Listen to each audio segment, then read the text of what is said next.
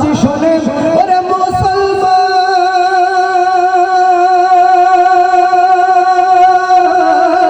ভয়ে কাঁপিত আমলিগের ওই বেঈমান যে আওয়াজ শুনে ওরে মুসলমান ভয়ে কাঁপিত কাফের বেঈমান যে আওয়াজ শুনে ওরে মুসলমান ভয়ে কাঁপিছে ভারতের বেঈমান দৌড়ে সেই হুঙ্কার জবানে একবার দৌড়ে সেই হুঙ্কার ধরায়ার একবার পাপের ভিটা ভেঙে কররে সারদার বীর মুসলমান ধরওয়াল কুরআন ফিরায়ে আনো সেই রাশেদার সম্মান নারায়ে তাকবীর। পিছনের ভাইয়ের আওয়াজ দিচ্ছেন না, অনেকেই মনে মনে চিন্তা করছেন আমাদের উপরে মনে হয় কোনো তাকবীর দেওয়া ফরজ হয় নাই। আল্লাহ বলছেন রব্বাকা ফাকাব্বির, তোমার রবের নামে উচ্চ স্বরে তাকবীর দাও, স্লোগান দাও।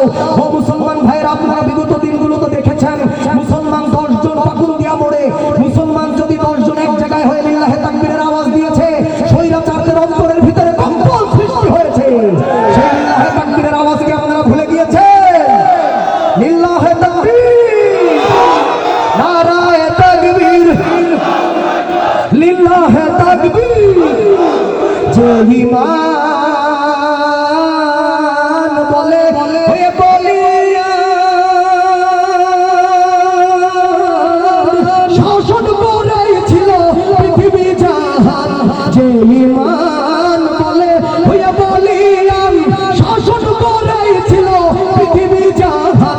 সত্যের সেই আল কুরআন রাউরে তুলে আবার, সত্যের সেই আল কুরআন রাউরে তুলে আবার পাপের ভিটা ভেঙে কররে সারকার বীর মুসলমান ধরওয়াল কুরআন ফিরায়ে আনো সেই হারানো সম্মান। নারায়ে তাকবীর, লিল্লাহে তাকবীর। তোলো ধ্বনি তোলো জবানে একবার। খুশি না বেজার আপনারা? কষ্ট হচ্ছে না তো দরদিরা?